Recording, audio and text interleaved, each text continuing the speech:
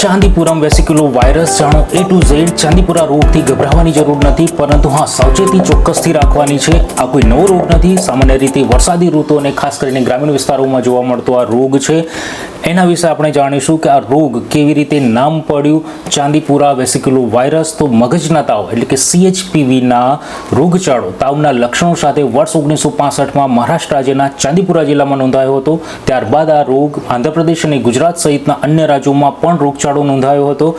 આ virus jeans વેસિક્યુલો virus કુટુંબને અનુસરતો હોય છે અને કયા એજ ગ્રુપને વધારે ઇફેક્ટ કરે છે તો ખાસ કરીને 9 મહિનાથી લઈને 14 વર્ષના બાળકમાં જોવા મળતો રોગ છે કે જે વેક્ટર અસરગ્રસ્ત સેન્ટ ફ્લાયના એટલે કે રેતમાં કરડવાથી થતો હોય છે।